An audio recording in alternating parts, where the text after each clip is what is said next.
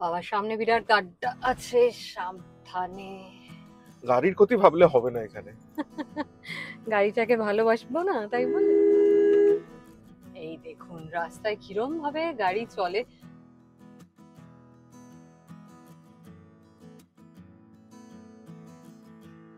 Very good morning, আশা করি আপনারা সবাই খুব ভালো আছেন। ওয়ান্ডারলাস দেবস এন্ড অভির চ্যানেলের একটা নতুন এপিসোডে, নতুন জায়গার নতুন ড্রাইভের গল্পে আপনাদের সকলকে স্বাগত।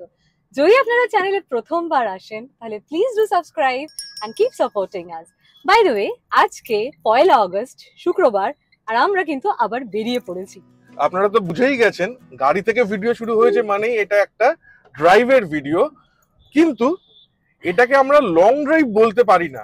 কারণ আমরা যখন ট্রিপটা শুরু করলাম আজকের, তখন আমার গুগল ম্যাপে দেখালো আমার বাড়ি থেকে 28 কিলোমিটার দূর, টাইম লাগবে 1 ঘন্টা মতো।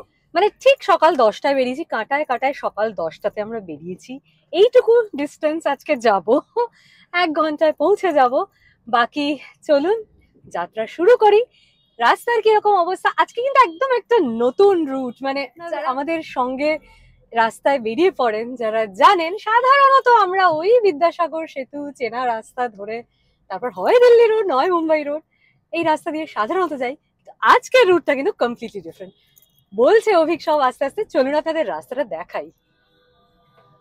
শুক্রবারের বাজারে রুবির মোড়ের ইউজুয়াল ছবি যা দেখতে পাচ্ছি, মোটামুটি ইউজুয়াল জ্যাম আর কি। এতদিনের মানে টানা বৃষ্টির পরে আজকে একটু রোদ উঠেছে, তাই দেখা যাক আজকে কিরকম ওয়েদার পাই।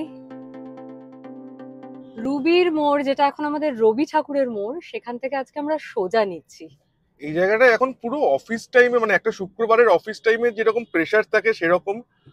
রুবির মোড় পুরো জ্যাম, স্বাভাবিক ওইভাবেই চলে।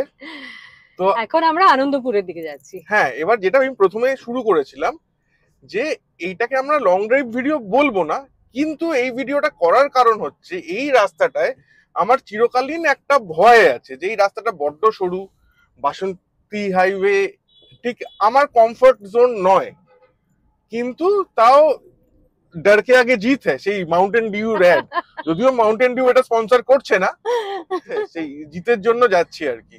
অভিক আজকে নির্ভীক হয়ে ভয়কে জয় করে এগিয়ে যাচ্ছে। সামনের এই বিল্ডিং গুলো দেখে তো বুঝতেই পারছেন হয়তো আপনারা অনেকেই, একদম আনন্দপুর হাই রোডে এসে আমরা মিট করলাম। আজকে আমরা এই দিকটা দিয়েই বাসন্তী হাইওয়ে যাব। আমাদের কাছে কিন্তু অপশন ছিল সায়েন্স সিটি ঘুরে যাওয়ার, কিন্তু সায়েন্স সিটির রাস্তার যা অবস্থা, আমরা আজকে চুজ করলাম এই রাস্তাটাই ধরার। এই রাস্তাটায় আমি অনেক দিন পরে আসছি, আর অ্যাকচুয়ালি এই রাস্তাটায় আমার মোটামুটি 4 বছর ডেলি যাতায়াত ছিল, কারণ এই রাস্তার সামনেই আমার কলেজ। নস্টালজিয়া। হ্যাঁ, এবার তখন আমরা একটা ছোট্ট ভ্যানে করে আসতাম এই কলেজে, আর তখন কিন্তু মানে এই ডাবল রোড ছিল না, একটাই রাস্তা ছিল। এবং মানে সেই সময় লাগছে গো, এত সবুজ গাছ লাগছে চারদিকটা, মানে বাঁ দিকটা দিয়ে পুরো। আমি তো বহু বছর বাদে আসছি, খুব সুন্দর লাগছে। তুমি চিনতে পারছো রাস্তা? হ্যাঁ, না চেনার কি আছে, আমাকে গুগল ম্যাপ দেখাচ্ছে। আর রাস্তা মানে ক্যান ইউ রিকল সেই কলেজ ডেজ এর রাস্তা? কলেজ ডেজ এ এইটুকুই রাস্তা ছিল, এত চওড়া, মানে এইটুকুই রাস্তাটা ছিল, ওই লেনটা ছিল না।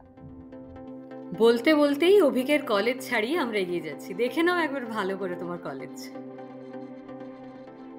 বাঁদিকে আইআইএফটি কলকাতার ক্যাম্পাসও দেখা যাচ্ছে। সত্যি কত বছর বাদে এলাম।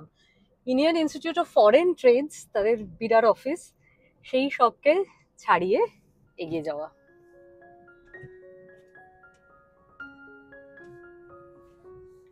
বাবার সামনে বিরাট গাড্ডা আছে, সাবধানে। বর্ষাকালে রাস্তার সব জায়গাতেই কম বেশি অবস্থা খারাপ, তার মধ্যে এই যে আবার কাজও হচ্ছে। হ্যাঁ, কাজগুলো এখন করতেই হবে, কারণ বিরাট বিরাট গাড্ডা হয়ে গেছে না রাস্তায় পুরো। সর্বনাশ। দেখুন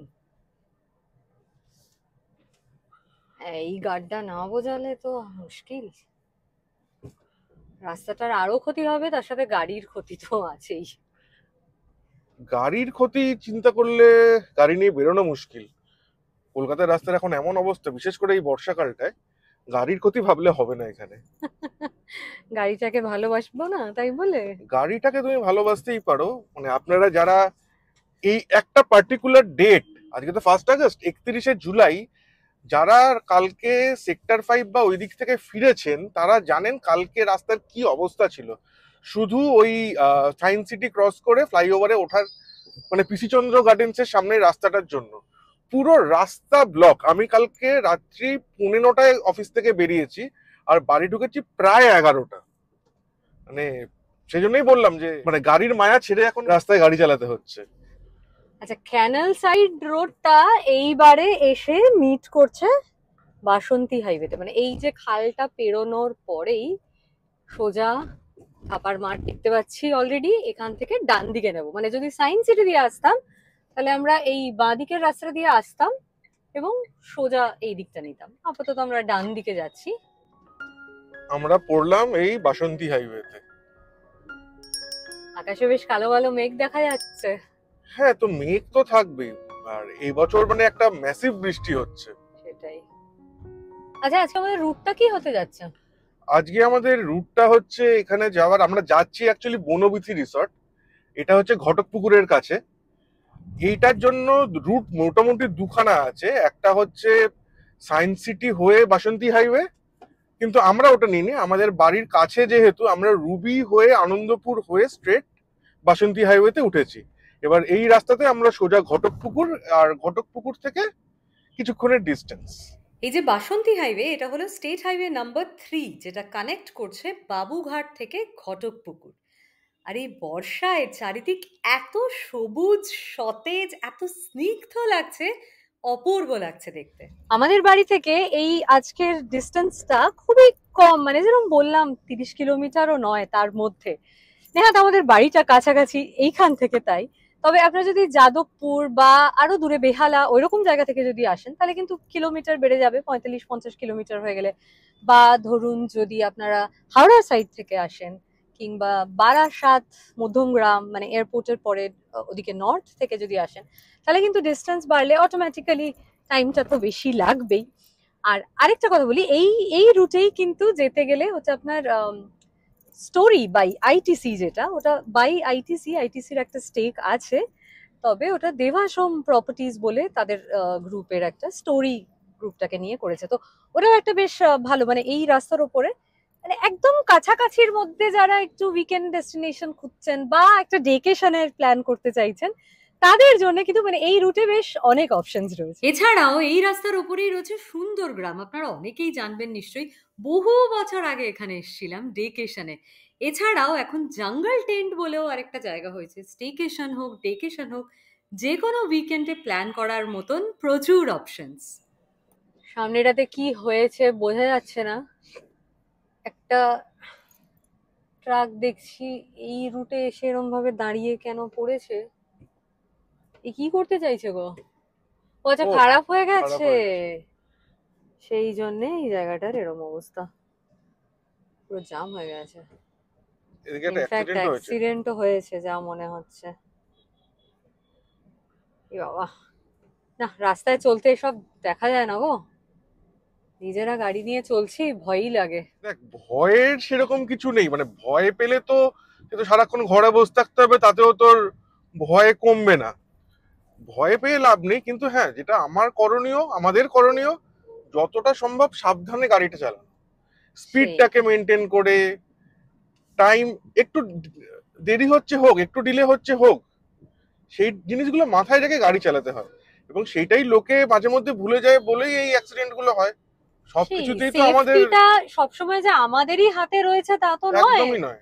সামনেওয়ালা কিরম ভাবে চলছে, সে whether that person is driving responsibly or not, সেটার উপরেও অনেকটা নির্ভর করে। মানে আমাদের তরফ থেকে আমরা যতটুকু প্রিকশন নেওয়ার নিতে পারি, এই আর কি। যারা আমরা গাড়ি চালাই তারা সবসময় 2-3টে জিনিস মাথায় রেখে চালাই, যে আমার পেছনে যে ভদ্রলোক গাড়ি চালাচ্ছে সেও আমাকে দেখছে, আমি তার উপরেও ডিপেন্ডেন্ট, এবার আমার সামনের লোকও কিন্তু আমার উপরে ডিপেন্ডেন্ট। তো এইগুলো একটা মিউচুয়াল আন্ডারস্ট্যান্ডিং এ আমরা গাড়ি চালাই। দেখেছেন গাড়িটা কিরম ভাবে হর্ন বাজিয়ে একদম ঘাড়ের উপর দিয়ে গেল। হ্যাঁ, এবার মানে আমাদের পুরো চাকা নামিয়ে দিতে হলো একদম। এদেরকেও তো দোষ দিয়ে লাভ নেই না, এদের উপরে একটা টাইমের প্রেসার দেওয়া আছে যে এই টাইমের মধ্যে তোমাকে ঢুকতে হবে। এই টাইম জিনিসটা, টাইমের সঙ্গে পেনাল্টি, এই জিনিসগুলোতেই তো প্রবলেম গুলো হয় না। সেই আজকে আমরা যে 28 কিলোমিটার রাস্তা যাচ্ছি, এটা কিন্তু মোটামুটি ধরতে গেলে এই রাস্তাতে টাকি যাওয়ার পথে বলতে গেলে মাঝামাঝি ডিস্টেন্সে, মানে যারা টাকি যাবেন, টাকি সোনার বাংলা বা টাকিতে এমনি ঘুরতে যাচ্ছেন বা অন্যান্য কোনো প্রপার্টিতে উইকেন্ড ট্রিপে, এইটাই কিন্তু সেটারও রাস্তা। আমরা এই রাস্তাটায় বহু বছর বাদেই এলাম, প্রায় বছর তিনেক বাদে সোনার বাংলায় এসেছিলাম, প্রায় বছর তিনেক আগে। তারপরে আবার এই আসা। আর রাস্তার এতদিনে তো অনেক পরিবর্তন হয়েইছে। আর তখন আগে যেরকম ছিল রাস্তা, মানে খুব ছোটবেলার স্মৃতি মনে পড়ে। এই রাস্তা দিয়ে গেছি তখন তো মানে ঘটকপুকুর গিয়ে, তারপরে মালঞ্চর ওখানে গিয়ে সে নদী পেরিয়ে, তারপর অনেক কষ্ট করে সুন্দরবন এলাকায় পৌঁছতে হতো। এখন তো আর সেই দিন নেই, এখন তো সুন্দর রাস্তা হয়ে গেছে। চলুন রাস্তাটার আনন্দ নিই। এখন আমরা খেয়াদার উপর দিয়ে যাচ্ছি। এই রাস্তাই কিন্তু সোজা চলে গেছে মালঞ্চর দিকে। ডান দিয়ে গেলে গদখালি বা সুন্দরবনের রাস্তায় অ্যাকচুয়ালি পৌঁছানো যাবে। গদখালি, গোসাবা সব এই রাস্তাটার ওপরেই, মানে বাসন্তী হাইওয়ে দিয়ে গিয়ে ডান দিকে গেলে সুন্দরবন।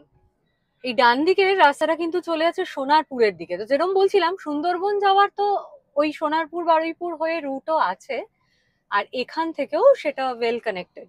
আমরা আপাতত সোজা যাব, একটা সিগন্যাল রয়েছে ডান দিকে। বিআইটি মানে বেঙ্গল ইনস্টিটিউট অফ টেকনোলজি কলেজটা ছাড়িয়ে এগিয়ে যাচ্ছি।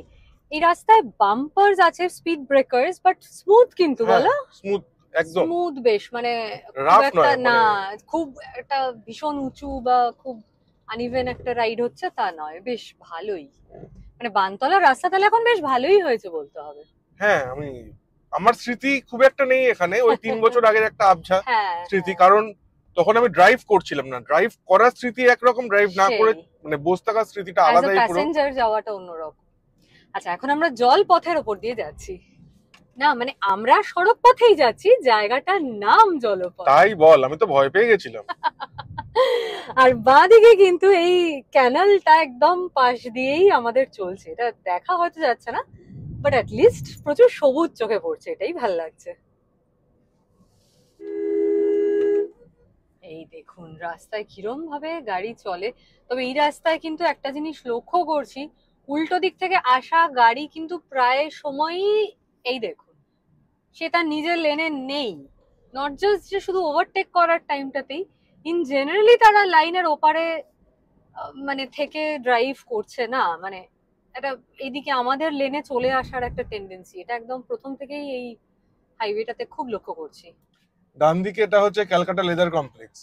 আগে এখানে কগনিজেন্টের অফিস ছিল বোধহয়, এখন সরে গেছে এখান থেকে। এখন এখানে নেই? না, অফিসটা উঠে গেছে কগনিজেন্টের। আচ্ছা, এখন পুরোটাই আমাদের ওই এতে চলে গেছে, কি বলে বল ওটা, সেক্টর 5। সেক্টর 5 না, ক্যান্ডারে। ও আচ্ছা আচ্ছা। এই হচ্ছে আমাদের ভারতবর্ষের হাইওয়ের মেন প্রবলেম, গরু সব জায়গায় ভরপুর থাকে। তবে একদম। একটা নতুন রুল আসছে শুনলাম, আমি এর সত্যতা এখনো জানি না। যে রুলটা হচ্ছে যে হাইওয়ের ওপরে যদি কোনো গবাদি পশু ঘুরে বেড়ায় এবং তার যদি কোনো অ্যাক্সিডেন্ট হয়, তার রেসপন্সিবিলিটি কিন্তু এখন সেই পশুর ওনারের, মানে ড্রাইভার বা মানে গাড়ি নাকি মালিকের ড্রাইভারের? আর কোনো রেসপন্সিবিলিটি থাকবে না। এই রুলটা আসছে শুনছি। এই রুলটা এলে তো খুবই ভালো হয়, মানে অন্তত সেফ ড্রাইভিং হাইওয়েতে একটু করা পসিবল। তবে এটা যেরকম বললাম, মানে খুবই আর্লি ডেজ, মানে একদম ইনিশিয়াল ডিসকাশন লেভেলেই মানে কথা এসেছে আমাদের কানে। তবে আপনারা যদি এই সম্পর্কে কিছু জেনে থাকেন, অবশ্যই কিন্তু আমাদেরকে কমেন্ট করে জানাবেন। একদম। আমরা এখন ভাটিপোতায় পৌঁছে গেছি, আর বাকি রয়েছে 10 কিলোমিটার আমাদের আজকে ডেস্টিনেশনের। সময় লাগবে দেখাচ্ছে 22 মিনিট মতন। একটু কনজেস্টেড এরিয়ার মধ্যে দিয়ে এখন চলছি। আপনারা যারা নিউ টাউনের যাদের অফিস, তারা হয়তো অনেকেই এই রুটটা আসা যাওয়ার জন্য নেন। আমি কিন্তু এই রুটটা খুব একটা প্রেফার করি না, কারণ এই রুটটা ওই যদি আপনার নিউ টাউনে ঢোকার জায়গাটা খুব একটা আমার ভালো লাগে না। তো সেই জন্য এই রাস্তাটা আমার কাছে একদম নতুন। সামনেই জাস্ট ডান দিকে চলে গেল স্টোরি বাই আইটিসি, যেটার কথা বলছিলাম। সরি রে, দেখতে পাইনি একদম। রে কি গাড্ডারে, দেখে চল। এখন আমরা একদম মালঞ্চর ওপর দিয়ে যাচ্ছি, আর প্রচুর কিন্তু বাস দেখতে পাচ্ছি। মানে আপনারা যারা বাসে আসবেন ভাবছেন, তাদের জন্য কিন্তু মানে হাওড়া শিয়ালদা থেকে ঘটকপুকুরে প্রচুর বাস রয়েছে। হ্যাঁ, ঘটকপুকুরে নেমে তারপরে একটা টোটো নিয়ে যেতে হবে যদি বনবিথি যেতে চান। আর স্টোরিতে যেতে হলে, স্টোরি বাই আইটিসি, ওখানে যেতে হলে ওটা তো একদম রাস্তার উপরেই, ওটা তো ঘটকপুকুরের অনেকটা আগেই।